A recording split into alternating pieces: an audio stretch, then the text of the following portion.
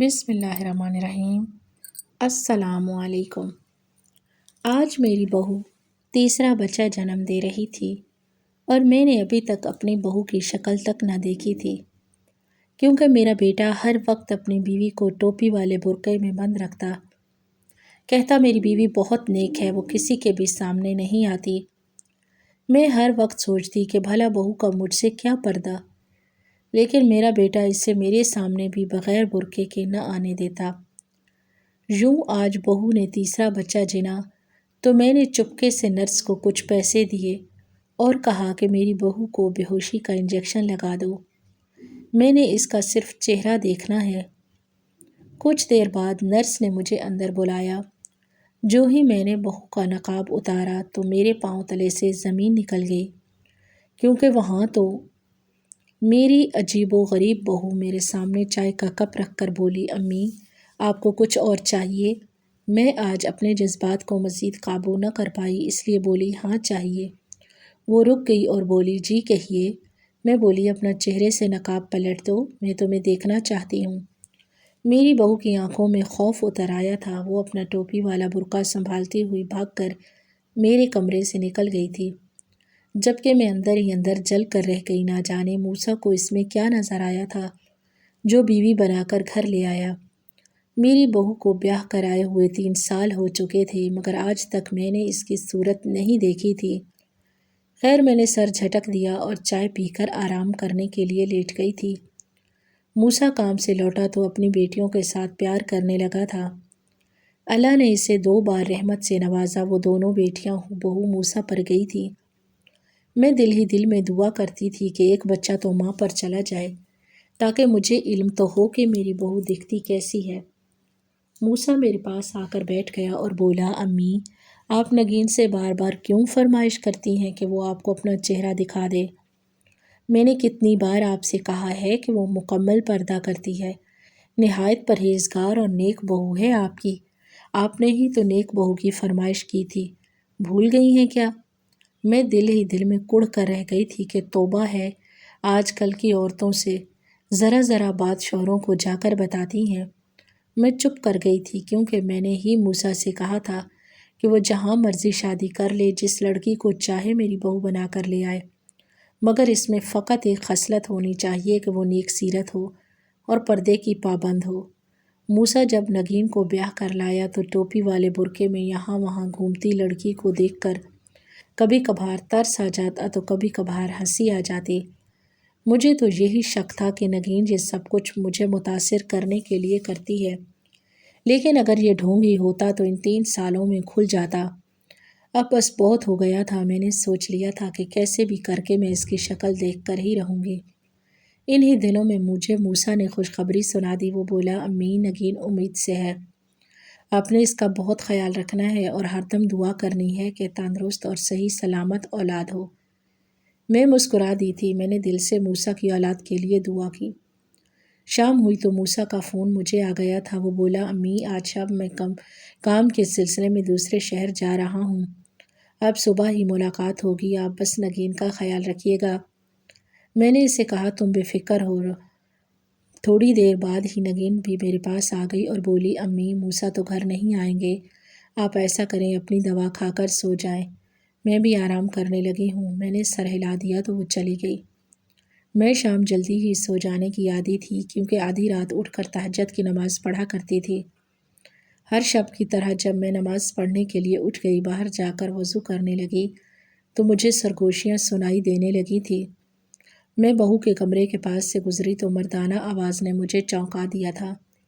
نہ جانے رات کے کس پہر موسیٰ آیا ہو، مجھے تو نیند میں کچھ خبر ہی نہ ہوئی تھی۔ میں اپنی نماز میں مشغول تھی جب مجھے احساس ہوا کہ کوئی میرے پاس آ کر بیٹھ گیا ہے۔ مجھے لگا موسیٰ ہی ہوگا۔ میں نے نماز ختم کی، جب سلام پھیرنے لگی تو میں نے دیکھا کہ کوئی میرے پاس سے اٹھ کر جلدی سے باہر کی دروازے کی جانب بڑھ گیا ہے۔ مجھے صرف سیاہ ٹوپی والا برقع نظر آیا تھا۔ میں ششدر رہ گئی کہ رات کو اس پہر میری بہو کہاں چلی گئی ہے، کہیں موسیٰ اور نگین میں کوئی جھگڑا تو نہیں ہو گیا۔ میں جلدی سے اٹھ کر نگین کے کمرے کی طرف چل دی، لیکن نگین تو وہیں پڑی سو رہی تھی۔ سوتے ہوئے بھی اس نے اپنا چہرہ ڈھانپ رکھا تھا۔ مگر موسیٰ کا کوئی نام و نشان تک نہ تھا۔ ایک عجیب سے خوف نے مجھے اپنے حصار میں لے لیا تھا۔ میں باہر آ کر اپنے تخت پر بیٹھ گئی۔ میں آج کے واقعے کے متعلق سوچتی رہی، نہ جانے مجھے یوں بیٹھے ہوئے کتنی دیر گزر گئی تھی۔ فضا میں فجر کی اذان گونجنے لگی تھی۔ اتنی دیر میں دروازے پر دستک ہوئی۔ میں نے جا کر دروازہ کھولا تو سامنے موسیٰ کھڑا تھا۔ اس نے سر جھکا کر مجھ سے پیار لیا اور میرے ساتھ آ کر ہی بیٹھ گیا تھا۔ میں بولی، موسیٰ، تم ایک بار آ کر پھر کہاں چلے گئے تھے؟ وہ ناسمجھی سے بولا، امی، کیا مطلب؟ میں تو کل شام کا گیا، ابھی لوٹا ہوں۔ میں ہنسی اور بولی، اپنی بڑھیا ماں کو پاگل مت بنا۔ میں نماز پڑھنے کے لیے اٹھی تو مجھے نگین اور تمہارے بولنے کی آوازیں آنے لگیں۔ پھر تم اٹھ کر باہر چلے گئے۔ مگر برقع کیوں پہن رکھا تھا تم نے؟ موسیٰ میری باتیں سن کر ایک دم ہی طیش میں آ گیا تھا۔ وہ میرے پاس سے اٹھ کر اندر اپنے کمرے میں چلا گیا۔ ان دونوں کے جھگڑے کی آوازیں آنے لگی تھی۔ کافی دیر وہ یوں ہی لڑتے جھگڑتے رہے تھے، جبکہ میں حیران تھی کہ آخر ماجرا کیا ہے۔ اس لڑائی کے بعد ہمارے گھر کے حالات بڑے کشیدہ ہو گئے تھے۔ نگین کام ختم کر کے اپنے کمرے میں گھسی رہتی، موسیٰ سارا دن کام پر رہتا۔ بس تو ننھی پریوں کا ہی مجھ بڑھیا کو آسرا رہ گیا تھا۔ وہی اپنی شرارتوں کے ساتھ میرا دل بہلائے ہوئے تھی۔ ایک ہفتہ یوں ہی گزر گیا تھا، لیکن نگین اور موسیٰ کی ابھی تک صلح نہیں ہوئی تھی۔ یوں تو وہ دونوں میاں بیوی میں لڑائی نہیں ہوتی تھی۔ اگر کبھی ناراضگی ہو بھی جاتی تو یہ دونوں زیادہ دن ایک دوسرے سے دور رہ نہیں پاتے تھے۔ لیکن اس بار کچھ اور ہی ماجرا تھا۔ دوپہر ہوئی تو میں چائے پی کر آرام کرنے کے لیے لیٹ گئی۔ ابھی تھوڑی ہی دیر گزری ہوگی کہ مجھے گھر کا دروازہ کھلنے کی آواز سنائی دی۔ میں چونک گئی، مگر یوں ہی سوتی بنی رہی۔ ایک سیاہ برقع پوش وجود میری بہو کے کمرے میں گھس گیا تھا۔ میں حیران رہ گئی کہ اب یہ کون ہے؟ کیا یہ اس رات والا شخص تو نہیں؟ مگر پھر میں نے کانوں کو ہاتھ لگا کر اللہ سے معافی مانگی تھی۔ میں نمازی پرہیزی عورت یوں کسی پاک دامن عورت پر شک نہیں کر سکتی تھی، کیونکہ میری بہو تو نہایت شریف اور پردے دار تھی۔ میں نے آج تک اس میں کوئی برائی نہیں دیکھی تھی۔ مجھے صرف اور صرف اس بات سے اس پر اختلاف تھا کہ وہ مجھ سے اپنا چہرہ کیوں چھپاتی ہے، مگر میں اس بات کو بھی اس کی شرافت سمجھ کر چپ کر جاتی تھی۔ اس لیے میں نے سوچا کہ میں سارے معاملے کا خود جائزہ لے کر کسی نتیجے پر پہنچوں گی۔ میں آہستہ سے اٹھی اور قدم قدم چلتی ہوئی اپنی بہو کے کمرے کے پاس جا کر کھڑی ہو گئی تھی۔ کمرے سے میری بہو کی سرگوشیوں کی آوازیں آ رہی تھیں۔ میں بڑی دیر کھڑی رہی، تب مجھے مردانہ آواز میں سرگوشیاں سنائی دینے لگی تھی۔ میں ڈر کر 2 قدم پیچھے ہٹ گئی تھی۔ میں اپنے کمرے میں آ کر رونے لگی کہ نہ جانے میری بہو کن راستوں کی مسافر ہو گئی ہے۔ میرا ایک ہی بیٹا تھا، اب اگر بہو اس کے ساتھ بھی بے وفائی کرتی تو میں یہ سب کیسے برداشت کر سکتی تھی؟ میں نے جلدی سے موسیٰ کو فون ملا کر گھر بلا لیا تھا۔ ابھی 10 منٹ بھی نہ گزرے ہوں گے کہ میں نے اپنی آنکھوں سے اس برقع پوش کو گھر سے نکلتے ہوئے دیکھا تھا۔ میں نے اپنا ماتھا پیٹ لیا کہ ثبوت تو ہاتھ سے ہی نکل گیا۔ آدھے گھنٹے بعد جب میرا بیٹا گھر آیا تو بڑا پریشان سا لگ رہا تھا۔ سب سے پہلے آ کر اس نے میری خیریت ہی معلوم کی۔ میں نے بیٹے کو سمجھایا کہ میں ٹھیک ہوں، مگر مجھے بہو ٹھیک نہیں لگ رہی۔ موسیٰ کے ماتھے پر بل پڑ گئے تھے۔ وہ غصے سے بولا، کیوں امی، اس نے پھر سے کیا کیا ہے؟ میں ڈر گئی کہ کہیں موسیٰ اپنی بیوی کو طلاق ہی نہ دے دے۔ ان دونوں کی ابھی تک تو صلح بھی نہیں ہوئی تھی۔ خیر جو کچھ بھی تھا، میں اپنے بیٹے سے غداری نہیں کر سکتی تھی۔ میں نے اسے صاف صاف بتا دیا کہ یوں تمہاری نیک اور پردے دار بیوی کے کمرے سے مجھے کسی مرد کی آواز آ رہی تھی۔ موسیٰ کا رنگ سرخ پڑ چکا تھا۔ وہ چلانے لگا اور بولا، نگین، ادھر باہر آؤ۔ نگین ڈری سہمی ہوئی سی باہر آ گئی تھی۔ خوف کے مارے اس کا رنگ زرد پڑ چکا تھا۔ میں نے اس کے ہاتھوں میں کپکپاہٹ بھی دیکھی تھی۔ موسیٰ غصے سے بولا، امی کیا کہہ رہی ہیں؟ تمہارے کمرے میں آج کون آیا تھا؟ نگین رونے لگی اور روتے ہوئے بولی، امی جھوٹ تو مت بولیں، میرے کمرے میں بھلا کس نے آنا تھا؟ میری تو خود کی طبیعت خراب تھی، اس لیے میں تو آج سوئی ہوئی تھی۔ موسیٰ نے سوالیہ نظروں سے میری جانب دیکھا تھا۔ میں بولی، نگین تم آج سچ بتا کیوں نہیں دیتی؟ تم سے ملنے کون آتا ہے؟ نگین نے ایک دم سے کانوں کو ہاتھ لگا لیا تھا۔ وہ بولی، امی اللہ کو جان دینی ہے، مجھ پر اتنے بڑے بڑے الزام مت لگائیں۔ آپ تو شروع دن سے ہی مجھے قبول نہیں کر پائیں، اس لیے میرے خلاف سازشیں کرتی پھرتی ہیں۔ موسیٰ غصے سے اٹھا تو میں نے اس کا ہاتھ تھام کر بٹھا دیا تھا۔ میں بولی، ہاں نگین شاید مجھے ہی کوئی غلط فہمی ہوئی ہوگی، مجھے معاف کر دینا، تم جاؤ جا کر آرام کرو۔ موسیٰ مجھے دیکھتا رہ گیا۔ نگین چلی گئی تو میں بولی، موسیٰ ہم اس کو رنگے ہاتھوں پکڑیں گے، یوں تو اس نے ہر بار مکر جانا ہے۔ موسیٰ نے کچھ سوچتے ہوئے سر ہلا دیا تھا۔ بہو سارا دن گھر کے کام کرتی، بچیوں کی دیکھ بھال کرتی، میرا خیال رکھتی، حالانکہ خود اس کی طبیعت آج کل ٹھیک نہیں رہتی۔ میرا دل اس کے لیے دکھ سا جاتا تھا، میں سوچ کر رہ جاتی کہ آخر حقیقت کیا ہے۔ یوں ہی دن گزرتے گئے، میری بہو کا پیٹ بڑھتا گیا، لیکن آج تک میں اس کی شکل و صورت دیکھنے سے محروم تھی۔ ایک دن بڑی شدید برسات ہو رہی تھی، موسیٰ بھی کام والی جگہ پر پھنس چکا تھا۔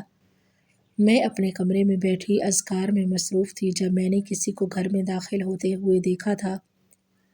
میں اٹھ کر اپنے کمرے کی کھڑکی میں کھڑی ہو گئی تھی۔ میں نے دیکھا وہی برقع پوش میری بہو کے کمرے میں داخل ہو گیا تھا۔ میں نے جلدی سے اٹھ کر موسیٰ کو فون کیا۔ وہ بولا، امی میں راستے میں ہی ہوں، بس 5 منٹ تک گھر پہنچتا ہوں۔ وہ گھر آ گیا تھا۔ میں نے اسے بتایا کہ وہ برقع پوش اب بھی تمہاری بیوی کے کمرے میں ہی ہے۔ برسات اب رک چکی تھی۔ موسیٰ اپنے کمرے کے دروازے کے پاس جا کر کھڑا ہو گیا۔ پھر وہ بڑی دیر یوں ہی کھڑا رہا اور آہستہ آہستہ نیچے بیٹھتا چلا گیا۔ وہ بیٹھ کر رونے لگا۔ میں حیرت زدہ سی تھی کہ آخر کیا ماجرا ہے جو میرا بیٹا یوں بلک بلک کر رو رہا تھا۔ پھر اچانک ہی وہ اٹھ کر کھڑا ہو گیا اور خود کو دروازے کی اوٹ میں چھپا لیا تھا۔ وہ برقع پوش جلد ہی سے ہمارے گھر سے نکل کر باہر چلا گیا۔ میری بہو نے ادھر ادھر چل پھر کر اس بات کی تصدیق کر لی تھی کہ موسیٰ ابھی تک لوٹا نہیں تھا۔ پھر موسیٰ میرے کمرے میں آ گیا۔ میں بولی، موسیٰ تم نے اس کو پکڑ کیوں نہیں لیا؟ آج تو تم موقع پر پہنچ گئے تھے نا؟ وہ بولا، امی کچھ ہی دنوں تک نگین بچہ جن دے گی۔ میں غصے میں کوئی غلط قدم اٹھانا نہیں چاہتا تھا، میں کچھ دیر انتظار کرنا چاہتا ہوں۔ میں چپ ہو کر رہ گئی تھی۔ اس واقعے کو 3 دن ہی گزرے ہوں گے کہ میری بہو درد سے تڑپنے لگی۔ وہ روتے ہوئے بولی، امی مجھے ہسپتال لے جائیں، وقت آ گیا ہے۔ میں نے جلدی سے موسیٰ کو فون کر کے بلا لیا تھا۔ ہم بہو کو لے کر ہسپتال پہنچ چکے تھے۔ آج میرے پاس موقع ہی موقع تھا، میرے دماغ نے بھی کام کرنا شروع کر دیا تھا۔ میں جلدی سے نرس کے پاس گئی اور اس کے ہاتھ پر نوٹ رکھ کر کہا، میری بہو کو بے ہوشی کا انجیکشن لگا دو، میں اس کی شکل دیکھنا چاہتی ہوں۔ اس نرس نے بڑی حیرت سے میری طرف دیکھا تھا، پھر پیسوں کو دیکھ کر مان گئی تھی۔ اس نے کہا، ایک بار آپ کی بہو بچہ جن دے تو میں پھر آپ کا کام کر دوں گی۔ 3 گھنٹے کے بعد نرس باہر آئی اور بولی، مبارک ہو، آپ کے گھر پوتا ہوا ہے۔ میری خوشی کی کوئی انتہا نہ رہی۔ پھر تھوڑی دیر بعد اس نرس نے مجھے اشارہ کر کے کمرے میں آنے کو کہا۔ میں دبے قدموں اٹھ کر بہو کے کمرے میں گئی تو سامنے والا منظر دیکھ کر میری تو روح ہی فنا ہو گئی، کیونکہ وہاں تو میری بہو نہیں بلکہ بیڈ پر پڑی شخصیت مجھے 26 سال پیچھے لے گئی تھی۔ میرا نام عشرت ہے، ہم 7 بہن بھائی تھے۔ مجھ سے بڑے 5 بھائی تھے اور پھر میں اور میری چھوٹی بہن تھی۔ ہم دونوں بہنیں بڑی لاڈلی تھیں۔ گھر بھر میں ہر کوئی ہم سے بڑی محبت کرتا تھا۔ چونکہ میں بڑی تھی اور گھر کی پہلی لڑکی تھی، اس لیے میری ہر جائز و ناجائز خواہش پوری کی جاتی تھی۔ میرا بچپن میں ہی نکاح کر دیا گیا تھا۔ میری پھپھو کا بیٹا اور میں ایک دوسرے سے بڑی محبت کرتے تھے۔ 2 سال بعد ہماری شادی ہونا تھی، مگر جب وقت آیا تو پھپھو کا انتقال ہو گیا تھا۔ اس کڑے وقت میں تو شرم و حیا کی وجہ سے اصغر کا ساتھ نہ دے پائی، مگر میں نے یہ ڈیوٹی اپنی چھوٹی بہن ناہید کی لگا دی تھی۔ وہی اکبر کا خیال رکھتی تھی، میری طرف سے دلاسا دیتی تھی۔ جس دن پھپھو کا 40واں تھا، میں نے ہی پورے گھر کے انتظامات سنبھال رکھے تھے۔ اس شام جب میں تھک ہار کر چھت پر تھوڑا آرام کرنے گئی تو اکبر بھی ادھر ہی آ گئے تھے۔ وہ بولے، میں تم سے معافی مانگنے آیا ہوں۔ میں بڑی حیران تھی کہ آخر کس بات کی معافی؟ پھر وہ رونے لگا، میں بھی رونے لگی تھی۔ میں بولی، یوں رونے سے پھپھو کی روح کو تکلیف ہوگی۔ اکبر بولا، جو کرنے والا ہوں اس سے تو امی کی روح تڑپ ہی جائے گی۔ پھر اکبر میرے منہ پر مجھے 3 بار طلاق دے کر چلا گیا تھا، جبکہ میں ششدر رہ گئی کہ آخر میرے ساتھ ہو کیا گیا ہے۔ میں وہیں بیٹھ کر رونے لگی تھی، تب مجھے نیچے سے شور آنے لگا۔ میں بھاگ کر نیچے گئی تو پتہ چلا کہ ناہید لاپتہ ہو گئی ہے۔ میں بھاگ کر ناہید کے کمرے میں گئی، وہاں ایک خط پڑا تھا۔ میری ہی نظر اس خط پر پڑی تھی۔ جب میں نے وہ خط اٹھا کر پڑھا تو اس میں لکھا ہوا تھا کہ میں اور اکبر ایک دوسرے کو بہت پسند کرتے ہیں۔ میں یہ جانتی ہوں کہ اگر ہم نے گھر میں شادی کی بات کی تو بہت بڑا فساد کھڑا ہو جائے گا اور جدائی ہمارا مقدر ٹھہرے گی۔ اسلام میں 2 بہنیں ایک مرد کے نکاح میں نہیں رہ سکتی، اس لیے اکبر نے عشرت باجی کو طلاق دے دی ہے۔ میں وہ خط پڑھ کر ڈھہ گئی تھی۔ امی نے مجھ سے آ کر وہ خط چھین لیا تھا۔ پھر نہ جانے کیا ہوا اور کیا نہیں، کیونکہ میں تو بے ہوش ہو چکی تھی۔ جب مجھے ہوش آیا تو میں نے اپنے 5 بھائیوں کو اپنے پاس کھڑا ہوا پایا تھا۔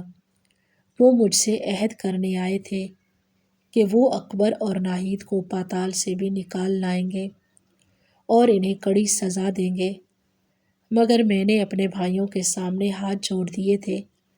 میں بولی، کیا مجھ پر یہ ستم ہرگز مت کیجیے گا، میں زندگی میں دوبارہ ان دونوں کا کبھی سامنا نہیں کرنا چاہتی۔ پھر اس دن کے بعد ناہید اور اکبر کا قصہ ہمیشہ ہمیشہ کے لیے ختم ہو گیا تھا اور میری زندگی کا امتحان شروع ہو گیا تھا۔ میرے والدین میرا رشتہ ڈھونڈتے تو لوگ کہتے کہ اگر آپ کی بچی میں اتنے ہی گن ہوتے تو اس کو طلاق ہی کیوں ہوتی؟ مجھے بہت بار دھتکار سہنا پڑی تھی۔ میں دن بھر سب سے چھپتی رہتی تھی، مگر جو ہی رات ہوتی میں اپنے دل کے پھپھولے پھوڑنے بیٹھ جاتی تھی، ساری رات روتی رہتی۔